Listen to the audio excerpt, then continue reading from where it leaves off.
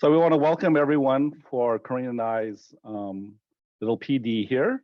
But we don't want to be talking heads. We kind of want to just go over some of the information that some of the things that we've done within about 20 minutes or so, 25 minutes max, and then give you guys an opportunity in this small group to have a little conversation.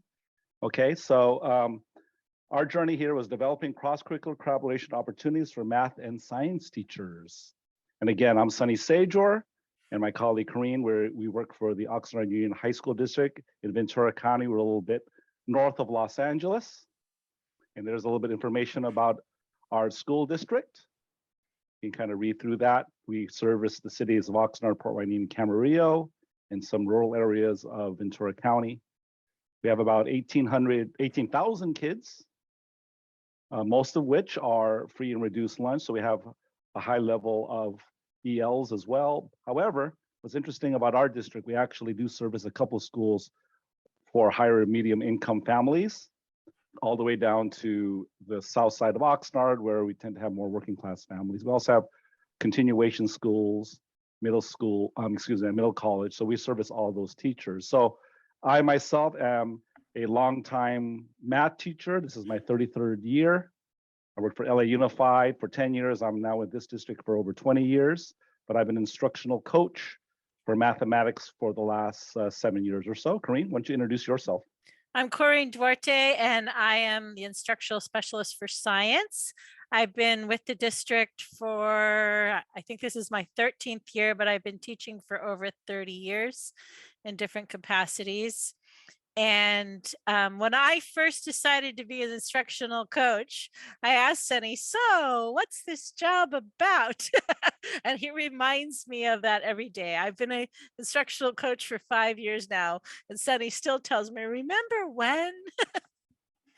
Right, our jobs are always evolving too. And I know you coaches out there know that your duties can change hour to hour, day to day kind of thing, right? So the goals for our session today is we'd like to share our journey creating cross-curricular collaborative cultures, suggest best practices for successful teacher collaboration in professional learning, maybe also share out some tools and resources that we found helpful in our work. And then we also want to share some of the things that we learned that kind of informed our positions, gave us more capacity as instructional specialists and coaches. And so I want to know, has your district done any cross-curricular work, and in what subject areas? And just go ahead and put that in the chat for us.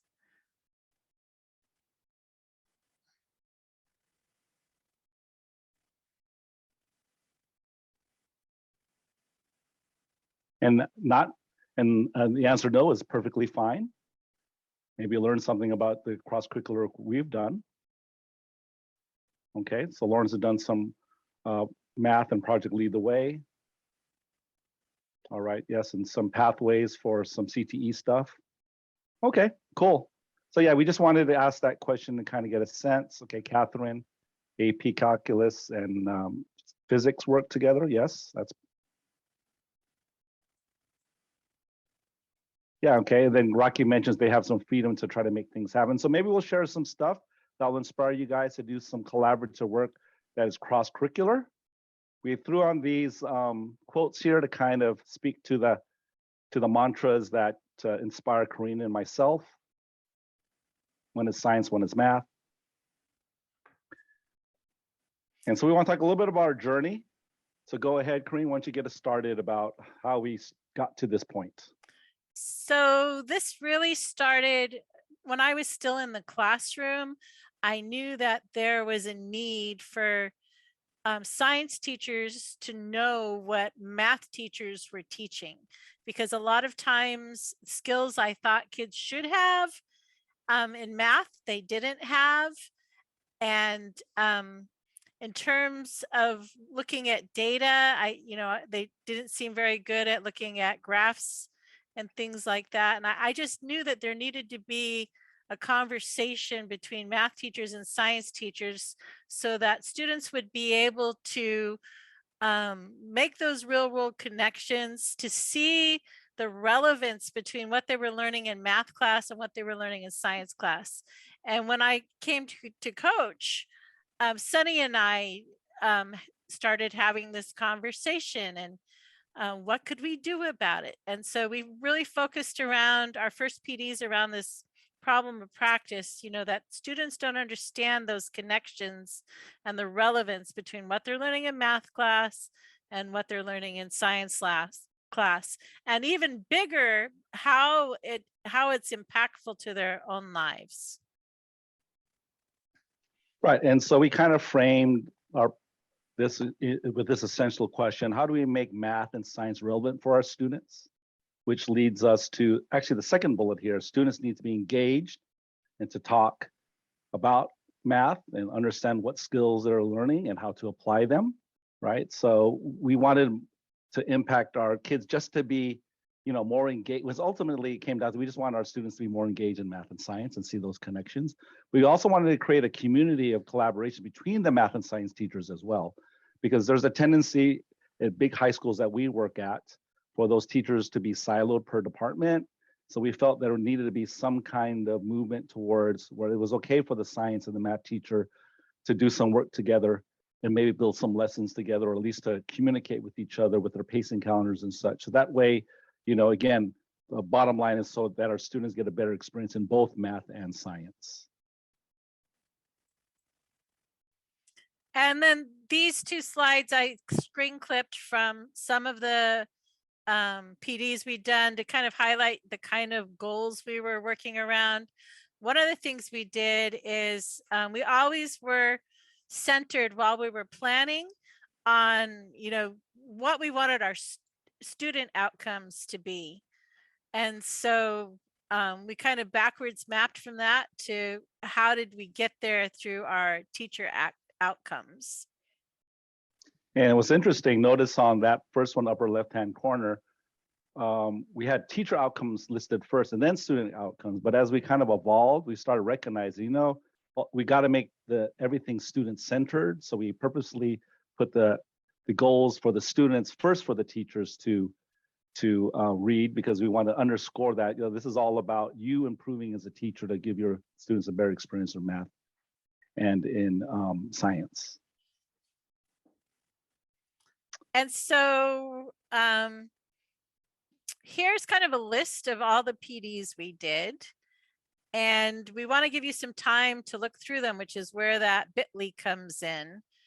And while you're looking through them, you don't have to look through them all. I mean, but, pick a couple that seem interesting to you from their title, or, click on a couple different ones. What do you notice while you're looking through these? And all my science peeps, you know this routine. And what do you wonder about, our work and our initiatives? Or what does it make you wonder at all about maybe even leading to your work? So we're going to go ahead and give you some time to do that, notice and wonder. And Sonny put the bit.ly in there again, so you can just click through. And this is slide 9. Any questions? And if for any reason, I've tried to make them all accessible to anybody who opens them. So if for any reason you can't access it, just let me know and I'll go in and fix that.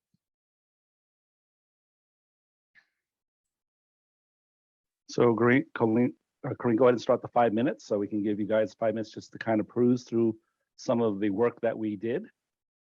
And again, guys, if you can start jotting down for yourself, what do you notice and what do you wonder? And it can be more than one thing you notice and more than one thing you wonder. And we're hopefully that we'd like for you guys to share out after the 5 minutes.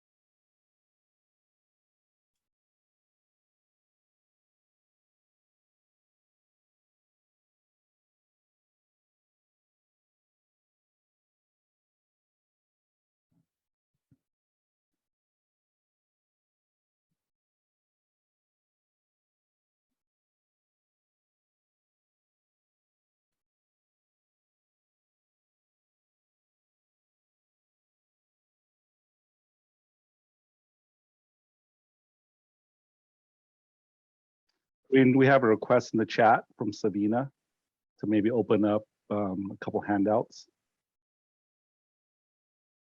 Yeah, I see that. I'll try to open those. It might take me a minute to find them.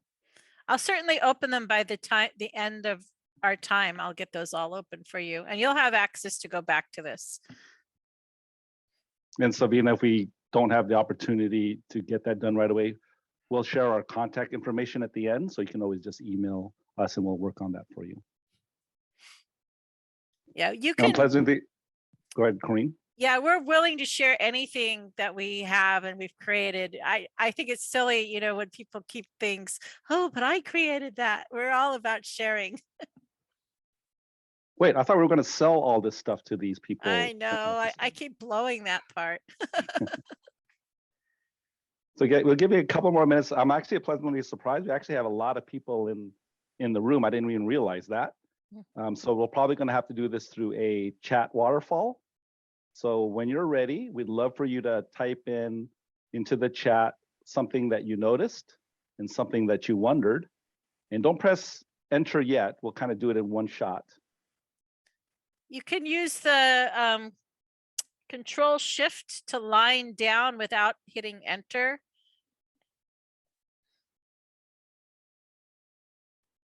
I'm sorry, Control enter. All right, so to scroll to be able to type into the chat space. Okay. I think that's it. I'm not, see if let me do it. Yeah, Shift enter. Sorry, Shift enter will line down without actually hitting enter. Yeah, and actually, Stacy, that is actually part of what we try to do, is that since there was so many kind of ed tech opportunities for people to learn, even though we focus on the math and science pedagogy and the content, we always try to embed, you know, ed tech things as well, like Pear Deck and things like that. So we were trying to. That's so smart, Sonny, because I always tell people when I present, it's like if I have a tech failure, I'm like so happy because it's like, see, we can resolve it, move on. The PD didn't get interrupted, so that they're not afraid to try something. So great tech tip, Corene.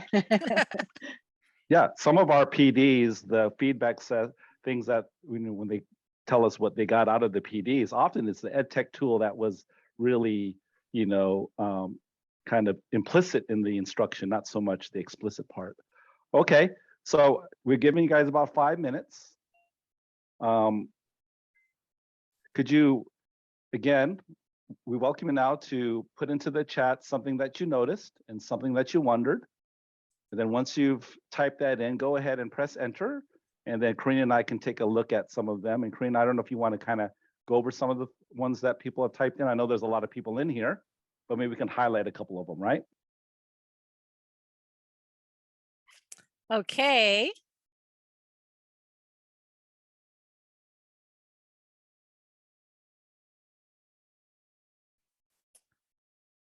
I appreciate Ibrahim noticed about the connection between NGSS science and engineering practices and math practices.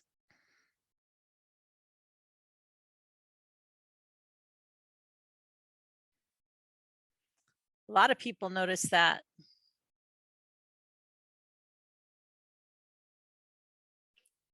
Some people were asking about our math scope and sequence and our science scope and sequence. That'd be Allison. I don't want to give away the answer there yet, Allison, because it is coming up.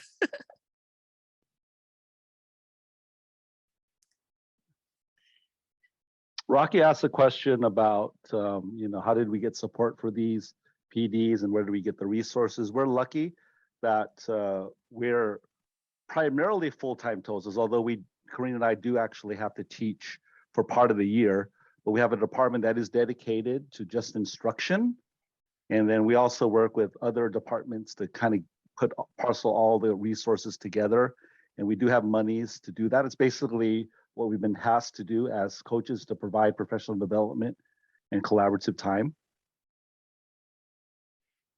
And then Ibrahim asked about Desmos. And we focused on Desmos because that's used in the CASP and the cast, and it's one of the hurdles for the kids to complete the, you know, the assessment testing. Right, and then Lauren notices that we did do a lot of work during COVID. Yes, that was a challenge, but of course we have to, you know, continue doing our responsibilities. And you asked the question, did all the math teachers do this? No. I mean, our PDs are all voluntary. They were not during school hours, most of them. All right. And so, but that being said, because of the pandemic, we actually did have a lot of teachers participating. But that being said, too, of course, teachers are not all teachers are going to show up because, you know, the burnout and other things to do. I had lots of colleagues that would usually attend the PDs, but because of the pandemic, you know, they had home care situations and that kind of stuff. But we did have a good cross section of teachers, young and veteran as well. So here's what we learned in terms of best practices. And so one of the things is I absolutely hate it when administrators tell their teachers, now don't teach in cemetery rows, have student-centered activities, and they continue to talk at you for the next hour. So we very much focused on modeling the same pedagogy we want our teachers to practice, meaning that these were very student-centered learning modalities. And in this case, the students were the teachers. We spent a lot of time centered on speaking, writing, reading, and listening. And for years, I've been using visible thinking routines. And actually later on in our process, it became a focus to teach our teachers how to teach using visible thinking routines from the Project Zero, Harvard School of Education Project Zero, visible thinking routines. And we always have two set of learning outcomes in our head, like Sonny had said earlier. We have our audience facing outcomes or goals that we focus on. And then we usually have some kind of subversive goal. I don't know if you remember, but years ago, there was a book called Teaching as a Subversive Activity. And so those subversive goals were like embedded ed tech, especially pre-COVID, when a lot of teachers were still reluctant to use ed tech. So we did things highlighting certain ed tech, like initially Google Classroom, and then Pear Deck, and then, you know, different other ed tech tools our district had invested in. UDL, we kind of, you know, UDL was one of our subversive focuses, and some of the things teachers are always complaining about, you know, making learning accessible. So we gave them some UDL strategies. And then, like I said, the visual thinking routines actually took on a life of their own. So we also wanted to make sure that what we learned through this process, in order to engage our teachers as learners, we had to make sure we built in time for them to process all the information, and to also allow them to encourage them to do some Java-like time. We did hold the teachers accountable in each session. You know, we did have interactive slide decks where they had to kind of put in their information, what they're processing. And we also built in a lot of time where they can do some planning. So we didn't want to just give them some information and then let it just sit there. We wanted to make sure that they had time in which they can actually plan stuff out. And then that led us to this idea of doing some showcases as well. So we'd present the information the first time. The second time, we would like maybe plan or build some stuff, right? And then they would implement in the classroom. And then the third go around, they would actually come and say, hey, this is what we did with the kids, and this is what worked, what this didn't work. Okay. And then here's just, you can go back because you have access to the slide. These are some links to resources that we used along the way. So we're not going to spend any time on that really, but they're there for you to dig into deeper. And then here's some of our key takeaways, because really what we want to get to is we want to have a conversation with you. So Our initial goal was to have math and science teachers in the same room for a PD, which is helpful, but when we're not working together, you know, we wanted to have those teachers continue that collaboration over time. One of the things we learned is that Sonny and I are a much better coach than either of us individually. We have, you know, unique skill sets, and that our skill sets complement each other really well. Now we're kind of like a tag team. Sonny and I do a lot of different work together. But it's also spread to our colleagues, where now we're all teaming up together in different ways, cross curricularly. We learned that, you know, having a common long-term vision was very impactful for our teachers. In the past, our district had kind of been in a habit of doing one and done PDs, and, you know, but building these long-term initiatives really was having a greater impact on our teachers. Also, the two of us working together made us more approachable by the other cohort of teachers. For example, I'll have, you know, math teachers reaching out to me, even though I'm quote unquote the science instructional specialist. And then this work actually led to lesson study. Our district had been wanting to do lesson study for a while, but it had never really taken off. And then I did lesson study with the science teachers through a county initiative. And now we're doing a district-wide lesson study model with all of the instructional specialists. And then some of the lessons we learned was that, like, those 3 short PDs work better than having a full day PD, because you're holding the teachers accountable and giving them a chance to dig into the pedagogy and apply it. Anything else? So, this is the next slide here, Corene, so we can give our chance for our colleagues to ask us some questions, but we did want to share this real quickly, that we have done other types of cross-curricular professional developments in our department. We've done SPED and Gen Ed, ELD with core subjects, and ELA in history and social science. So, you know, hopefully we're not the only ones in our district that are doing these cross-curricular types of professional developments. So we wanted to share that out. The next slide here. And see, these are some of the things we also uncovered, you know, when we're doing this work, because the one thing that you have to realize that is, as instructional coaches, you guys know this, is that you come in here with this problem of practice, and you want to engage your teacher learners and give them some new capacities, but it's reciprocal. You know, you learn stuff as well as instructional coaches. Then you can, it's almost like a formative assessment, right? Going through these PDs, we learned that there are major differences in vocabulary between math and science. Our teachers told us that, so we tried to figure out ways in which we could bridge that.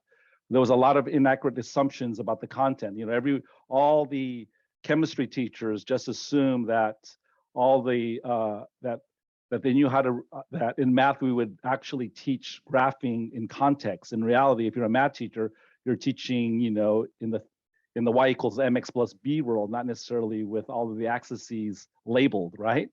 And then we also realized that the scope and sequence, and this kind of goes to what I just speak to, is misaligned, because, you know, we moved to the model of biology, chemistry, physical science. We needed that to be aligned with math 1, math 2, math 3.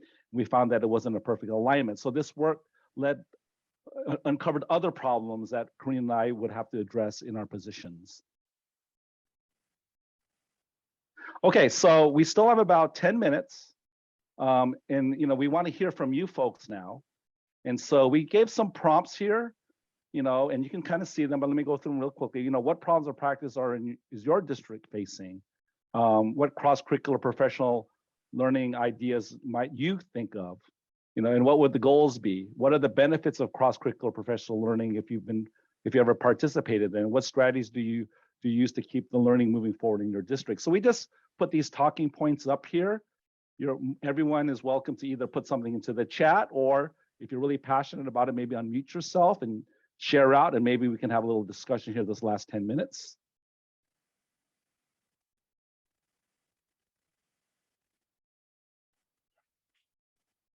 to answer a few of the questions, some of the PDs, the initial ones were full day pullouts. And then with the pandemic, we went to a 90-minute model where about 45 minutes of the time would be engaging teachers as learners, and 45 minutes of the time would be spent teachers collaborating on a product of some sort. And then we built that into that 3 sessions of 90 minutes where the teachers came for the 3 sessions.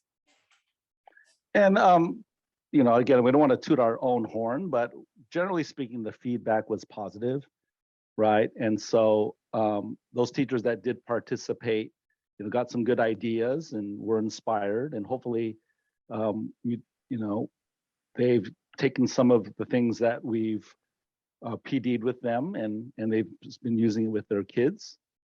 You know, Stacy puts here that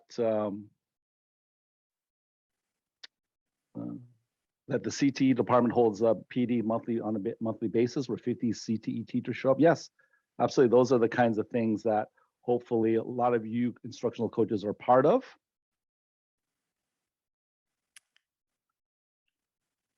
And then for the 3 session model, for session 1 and 2, we made it so people can jump in at either starting point. And even session 3, just hearing what their colleagues had learned in 1 and 2 and then applied in 3. And then we would run some of those, the same sessions over again. We repeated the sessions. And so as word spread, we would then rerun the series.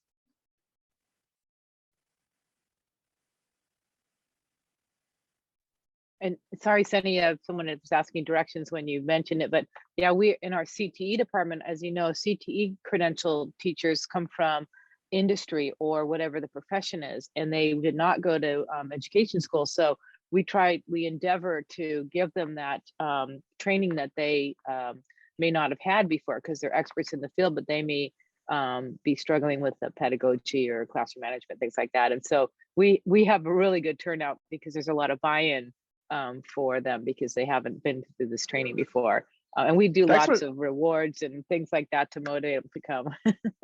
You know, thanks for sharing that with us, because I actually work closely with the CTE department, but I just realized something, that we don't really have a lot of CTE teachers coming to our instructional, we're in this Department of Instruction, coming to our PDs, you know, so. And they may not know about it because they're like new to this whole education thing. So reach out to them, because I bet you they'd love, I'm going to steal all these ideas. These are great.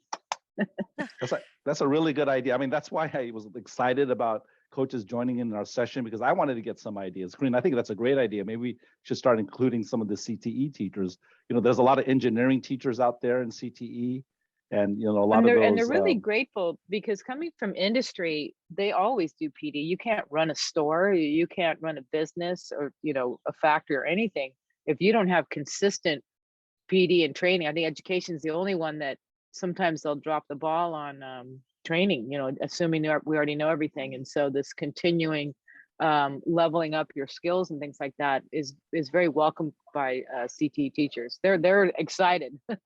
Now, this has been a really hard year due to the lack of subs and teacher burnout. So we have been doing afternoon PD still, but it's just, you know, it's getting harder and harder. Teachers are just too tired. And can I call out Catherine? Catherine, in the chat, you put, these resources are so helpful, already brainstorming how we can make something similar happen in your sites. Catherine, if you don't mind, could you maybe share out by unmuting yourself, what are you kind of thinking right now? I hate to put you on the spot, but I'm going to anyway. Totally fine. And I'm going to put Allie on the spot because she is the science coordinator and I'm the math coordinator at our school site. So we work together. And we've been talking a lot this year about how much we want our school, our departments to work together. And we're technically a STEM school, but there's very little actual STEM happening. It's very like science and math. And so on Monday, we did our first collaborative PD. which really was just Allie planned. And I was like, oh, that would be helpful to math teachers. And the math and science teachers worked really well together and really enjoyed it. And so we were kind of wondering where to take that next. And we've done some of the visible thinking. We're working with the math language routines. She's doing like before, during, and after strategies of reading scientific articles. And so I could see collaboration there. We were already talking about collaborating around the strategies, and then now using some of your resources to take that even further, I think would be really interesting. That's awesome. Yeah. And then feel free to reach out to us. Corene, go ahead and put our contact information, right? And, again, we've had some experience doing this, and we'd love to share more of our experiences. I know we shared some of this out in the last 30 minutes, but if there's any other questions or things you want to bounce off of us, we can maybe give you some different perspectives or different ideas. Kayla, I believe, did you put a feedback link into the chat? Yes, that's in the chat now.